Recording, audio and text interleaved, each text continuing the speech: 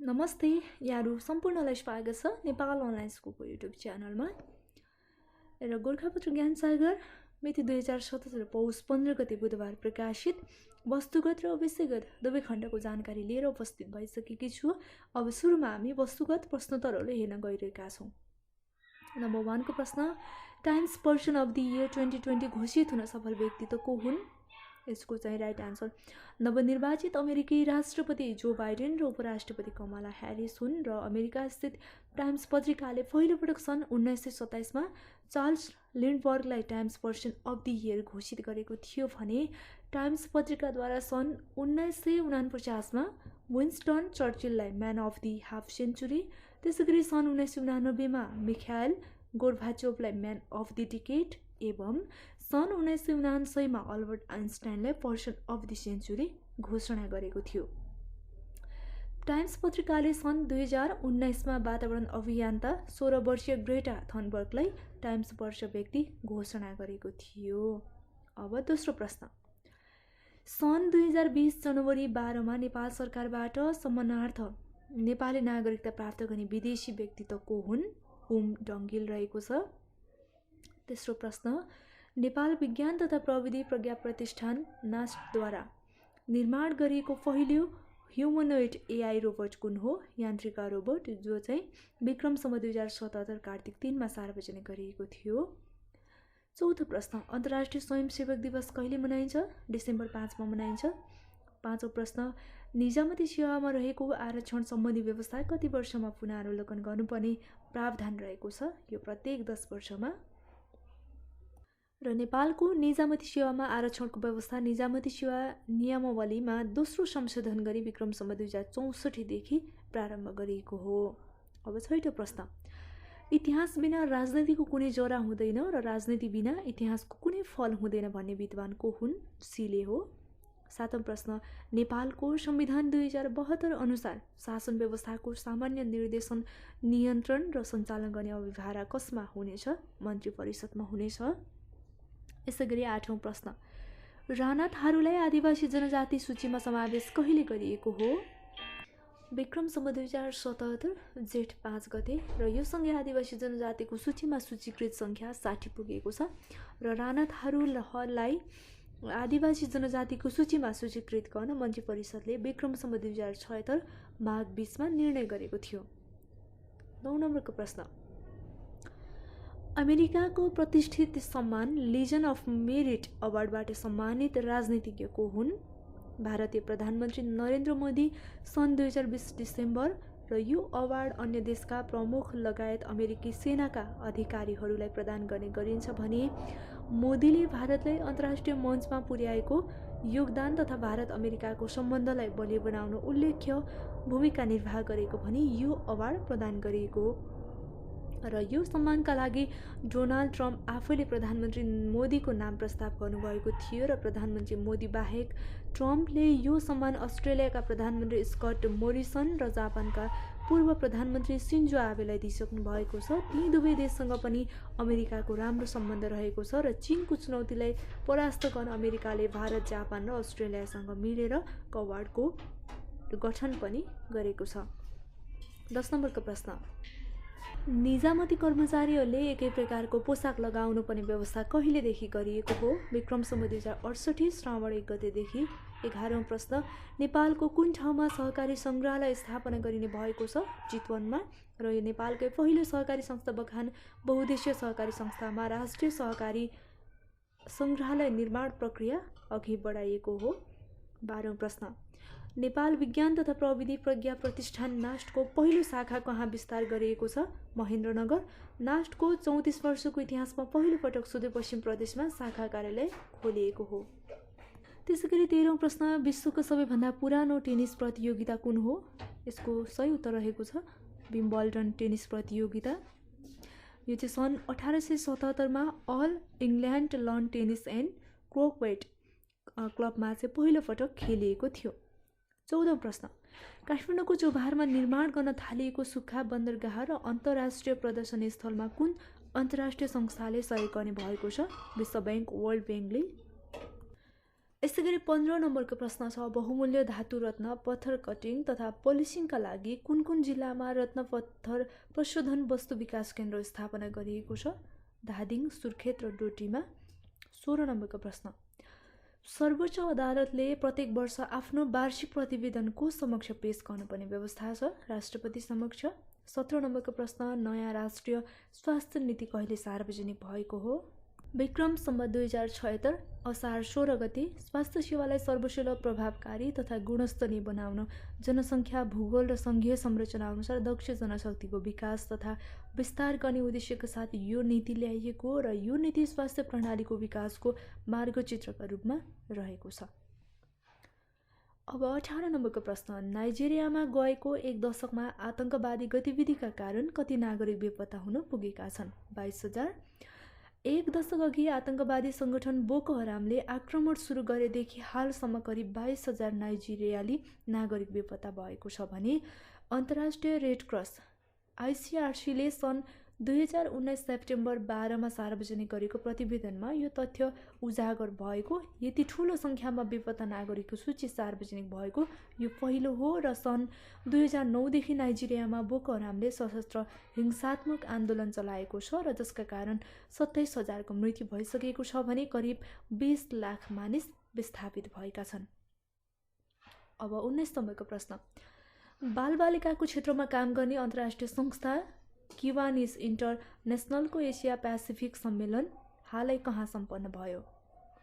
नेपालमा भएको छ सन् 2020 मार्चमा र एसिया पेसिफिक क्षेत्रको 45औं सम्मेलनमा 300 विदेशी पाहुनासहित 400 जनाको सहभागिता रहेको थियो। अब 20 नम्बरको प्रश्न, जलविद्युत क्षेत्रको विकासमा विदेशी लगानी भित्र्याउन अमेरिकी डलरमा विद्युत खरिद सम्झौता PPA गर्दा हुने जोखिम न्यूनीकरण गर्न स्थापना गरिएको फन्ड कोषलाई के भनी चिनिन्छ? हेजिङ फन्ड भनिन्छ र फन्डको स्थापना पश्चात विदेशी मुद्रा घटबढको जोखिम यही फन्ड मार्फत बेहोरिने र फन्डले विदेशी लगानी बढाउन सहयोग पुग्ने विश्वास पनि गरिएको छ। यसैगरी 21 नम्बरको प्रश्न, एकपटक स्वीकृत भइसकेको वातावरणीय प्रभाव मूल्याङ्कन सम्बन्धी प्रस्तावमा आंशिक रूपमा भौतिक पूर्वाधार डिजाइन वा स्वरूप परिमार्जन गर्ने, संरचना स्थानान्तरण वा फेरबदल गर्ने, वन क्षेत्र वा आयोजनाको क्षमता थप गर्नका लागि पेश भएको प्रस्ताव उप पुनः गरिने वातावरणीय प्रभाव मूल्याङ्कनलाई के भनिन्छ? यसलाई चाहिँ पूरक वातावरणीय प्रभाव मूल्याङ्कन भनिन्छ। 22 नम्बरको प्रश्न, नेपालमा सर्वप्रथम कागजी मुद्रा कहिलेदेखि प्रचलनमा ल्याइएको हो? विक्रम सम्वत 2002 असोज 1 गतेदेखि।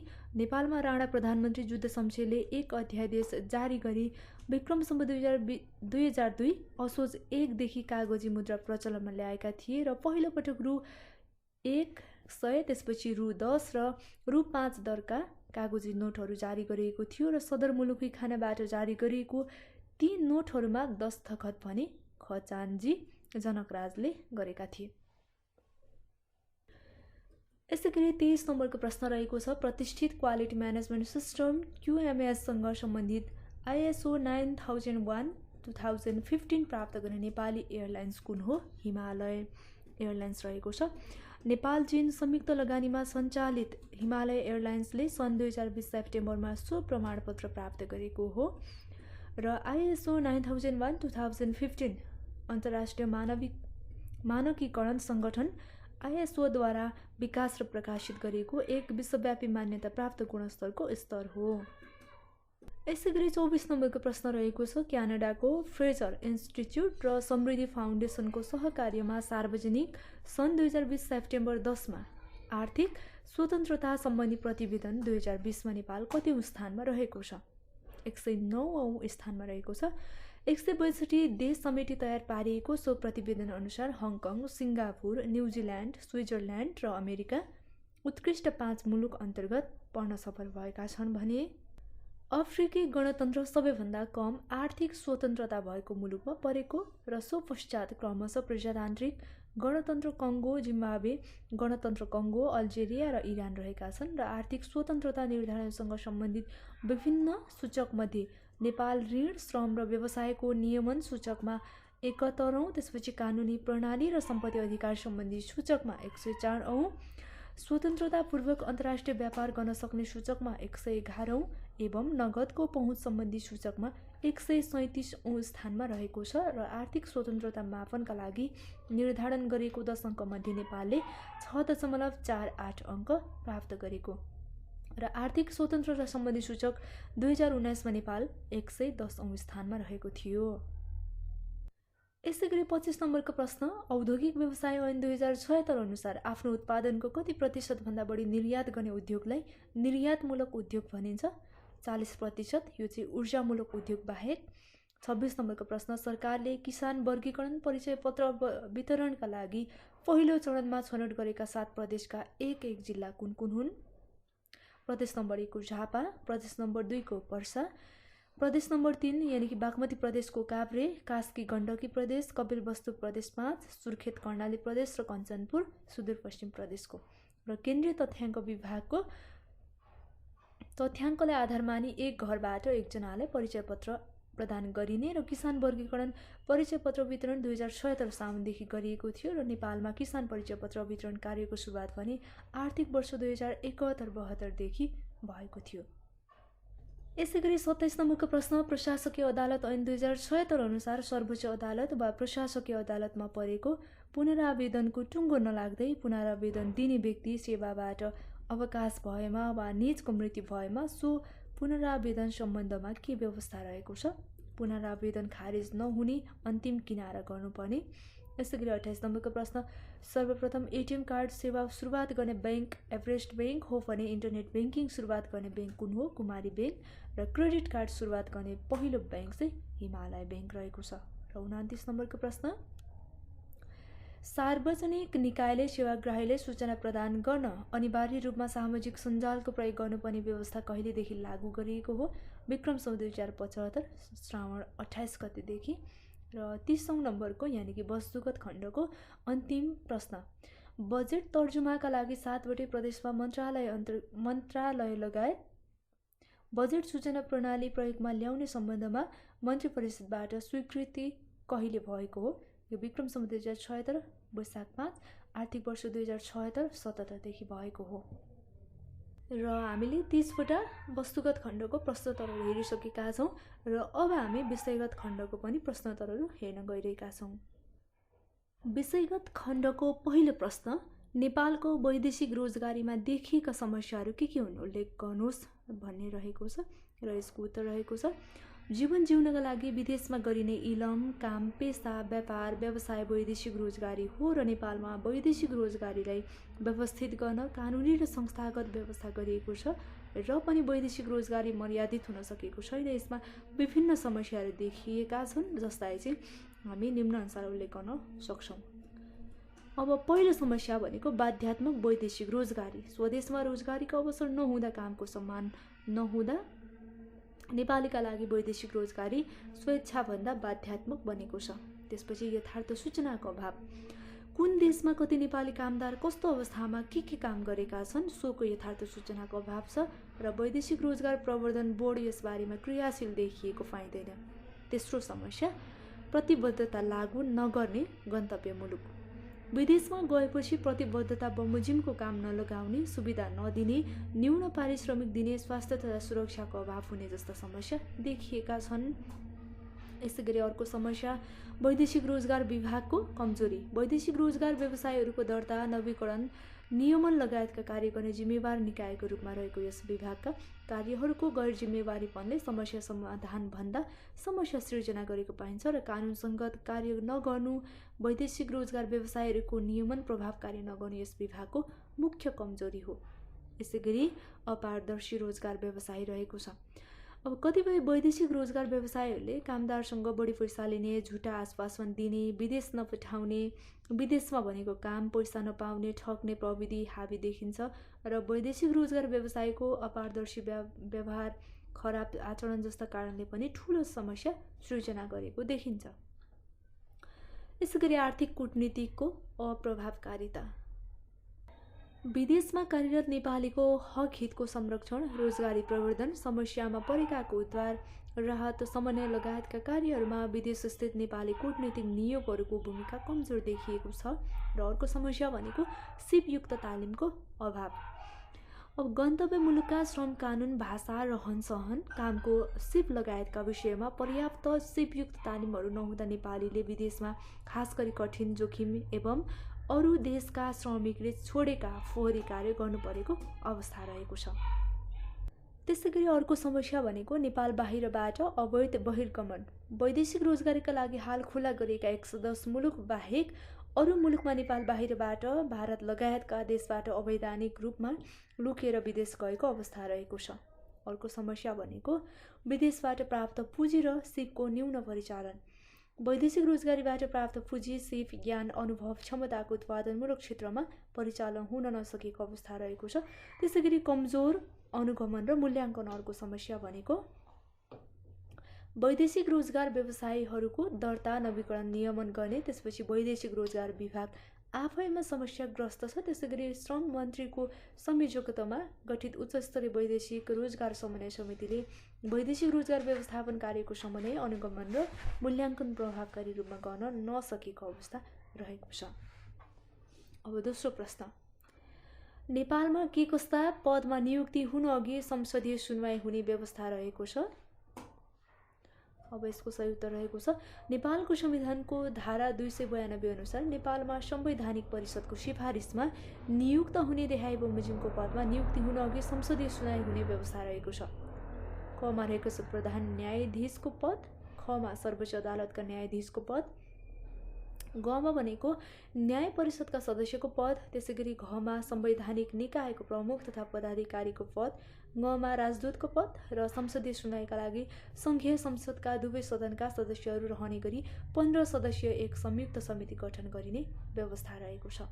अब तेस्रो प्रश्न, सशस्त्र प्रहरी निरीक्षक पदको उम्मेदवार छनौट गर्दा के कस्ता परीक्षाको माध्यमबाट छनौट गर्नुपर्ने व्यवस्था रहेको छ? अब सशस्त्र प्रहरी निरीक्षक पदको उम्मेदवार छनौट गर्दा रिहाई बमोजिमका परीक्षाको माध्यमबाट छनौट गर्नुपर्ने व्यवस्था रहेको छ। ती परीक्षाका माध्यमहरू के रहेको छ? एउटा भनेको प्रारम्भिक शारीरिक परीक्षण, त्यसपछि शारीरिक सहिष्णुता, विस्तृत स्वास्थ्य परीक्षण, मनोवैज्ञानिक व्यक्तित्व आइक्यू परीक्षण, लिखित परीक्षा, त्यसपछि गुणमापक परीक्षा, विशेष स्वास्थ्य परीक्षण र अन्तर्वार्ता। अब चौथो प्रश्न, नेपालको राष्ट्रिय लक्ष्य समृद्ध नेपाल, सुखी नेपाली प्राप्तिमा सङ्घ, प्रदेश तथा स्थानीय तहको के कस्तो भूमिका हुनु पर्ला चर्चा गर्नुहोस् भन्ने प्रश्नको उत्तर रहेको छ। आर्थिक वृद्धि दर उच्च, दिगो, फराकिलो, न्यायिक एवं समावेशी भए समग्र अर्थतन्त्र स्वतन्त्र एवं आत्मनिर्भर भएको राष्ट्रिय एकतामा आबद्ध स्वाधीन एवं समुन्नत नेपाल समृद्ध नेपाल हो र यही समृद्ध नेपालमा बसोबास गर्ने स्वास्थ्य, शिक्षित एवं उच्च जीवनस्तर भएका सबै नेपाली नागरिक सुखी नेपाली हुन् र दोहोरो अङ्कको आर्थिक वृद्धि दर सहितको समृद्ध नेपाल, सुखी नेपाली राष्ट्रिय लक्ष्य प्राप्तिमा नेपालमा हाल रहेका 3 तहको सरकार, सङ्घ, प्रदेश तथा स्थानीय तहको निम्नानुसारको भूमिका हुनुपर्ने देखिन्छ। अब सुरुमा सङ्घको भूमिका। अब सङ्घको भूमिकामा मुलुकको समृद्धि र विकासमा नेतृत्वदायी भूमिका निर्वाह गर्ने, राष्ट्रिय नीति तथा योजना तय गर्ने, नियमनका मापदण्ड निर्धारण गर्ने, समन्वय गर्ने, कार्यान्वयन गर्ने गराउने, त्यसै गरी शान्ति, सुरक्षा, सुशासन एवं स्थायित्व कायम गरी लगानी मैत्री वातावरण निर्माण गर्ने, बृहत पूर्वाधार निर्माण गर्ने, आधारभूत वस्तु र सेवा प्रवाह गर्ने, प्रदेश र स्थानीय तहको सरकारसँग समन्वय, सहकार्य एवं सहअस्तित्व कायम गर्दै क्षमता विकास गर्ने, निजी क्षेत्र, गैर सरकारी क्षेत्र, सहकारी क्षेत्रका कार्यहरूमा सहजीकरण गर्ने। यो भयो सङ्घको भूमिका। अब प्रदेशको भूमिकामा भने राष्ट्रिय सोच, लक्ष्य एवं उद्देश्य प्राप्तिमा सहयोग गर्ने, सहकार्य गर्ने, प्रादेशिक नीति, योजना तथा कार्यक्रमको तर्जुमा, कार्यान्वयन र अनुगमन गर्ने, समन्वय गर्ने, त्यसै गरी लगानीको संयुक्त वातावरण तयार गर्ने, लगानीको उपयुक्त वातावरण तयार गर्ने, त्यसै गरी प्रदेश र स्थानीय तह बीचमा विकास र समृद्धिका लागि सहकार्य गर्ने, समन्वय गर्ने, प्रतिस्पर्धा गर्ने, सुशासन कायम गर्ने, रोजगारी अभिवृद्धि गर्ने, सेवा प्रवाह गर्ने, संस्थागत क्षमता विकास गर्ने र जनशक्ति विकास गर्ने रहेको छ। प्रदेशको भूमिका भयो यो। र अब स्थानीय तहको भूमिका। सङ्घ र प्रदेशको विकासको सोच, लक्ष्य एवं उद्देश्य प्राप्तिमा सहयोग गर्ने, त्यसपछि सहकार्य गर्ने, लगानीको वातावरण तयार गर्ने, एकीकृत सोचका साथ स्थानीय पूर्वाधार, सामाजिक र ग्रामीण विकासमा जोड दिने, स्थानीय अर्थतन्त्रको विकास विस्तार गर्ने, रोजगारी अभिवृद्धि गर्ने, मानव संसाधन विकास गर्ने, जनताको सबैभन्दा नजिकको सरकारको रूपमा आधारभूत वस्तु र सेवा प्रवाह गर्ने, स्थानीय साधन स्रोतको अधिकतम परिचालन गर्ने, स्थानीय तहमा क्रियाशील संस्थाहरूसँग समन्वय र सहकार्य गर्ने, स्थानीय तहदेखि नै लोकतन्त्र, सुशासन, विकास र समृद्धि संस्थागत गर्ने।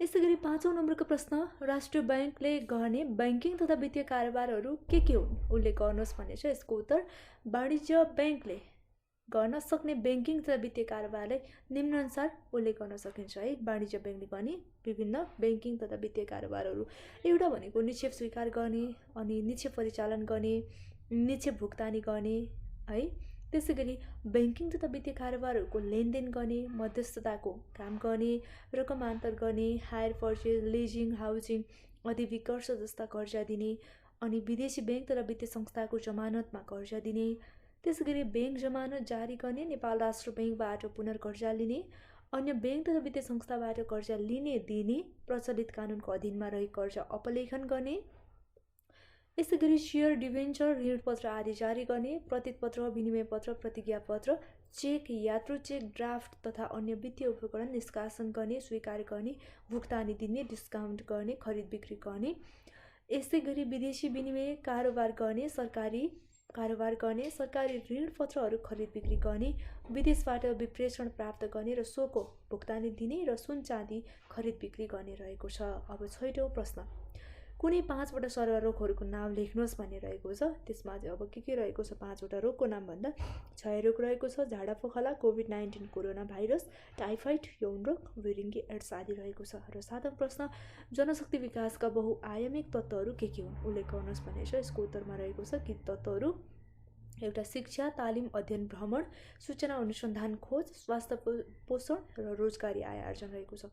र 8औं नम्बरको प्रश्न छ, नेपालमा जैविक विविधताको कसरी संरक्षण गर्न सकिन्छ चर्चा गर्नुहोस् भन्ने छ। यसको उत्तर जीवित प्राणी एवं वनस्पतिहरूको वासस्थान र तिनको वंशाणुगत गुणको जगेर्ना गर्नु जैविक विविधता संरक्षण हो। हिमाल, पहाड र तराईमा विभक्त नेपालको प्रत्येक प्रदेशमा जैविक विविधतामा पनि भिन्नता छ।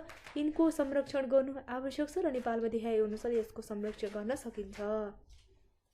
अब नेपालको प्रत्येक भौगोलिक क्षेत्रमा अवस्थित जैविक विविधताको अध्ययन गरी प्रत्येक जीवजन्तुहरूको स्थिति, वासस्थान, अवस्थाबारे जानकारी लिई सोही अनुसार संरक्षणका कार्यक्रमहरू तर्जुमा गरी लागू गरेर त्यसपछि जैविक विविधताको संरक्षणमा स्थानीय सङ्घ संस्था, त्यसपछि समुदायको सक्रिय सहभागिता बढाएर, अनि जैविक विविधताको महत्त्वबारे जनचेतना अभिवृद्धि गरेर, वन जङ्गल जोगाएर हरियाली बढाएर वातावरण संरक्षणका कार्यक्रमहरू सञ्चालन गरेर, त्यसैगरी वन सम्पदाको प्रयोगमा कटौती गरेर, अनि वन्यजन्तुको संरक्षण गरेर, रासायनिक मल एवं कीटनाशक औषधिहरूको प्रयोग कम गर्दै गराएर है, अनि जैविक विविधताको संरक्षण गर्न कानुन तर्जुमा गरी कार्यान्वयन गरेर र धार्मिक एवं सांस्कृतिक परम्पराको उपयोग गरेर, जस्तो कि बर, पिपल, तुलसी, बेल, रुद्राक्ष आदिको जगेर्ना गरेर चाहिँ हामीले के गर्न सक्छौँ त भन्दा नेपालमा जैविक विविधताको संरक्षण गर्न सक्छौँ है। र हामीले यहाँ गोरखापत्र ज्ञान सागरमा बुधबार विशेष प्रकाशित हुने वस्तुगत र विषयगत दुवै खण्डको जानकारीहरू हेरिसकेका छौँ। र यो चाहिँ लोकसेवा प्लस विभिन्न ब्याङ्किङको लागि एकदमै महत्त्वपूर्ण रहेको छ, लिखितको लागि र एमसिक्यूको लागि है, हामीले हेरिसकेका छौँ।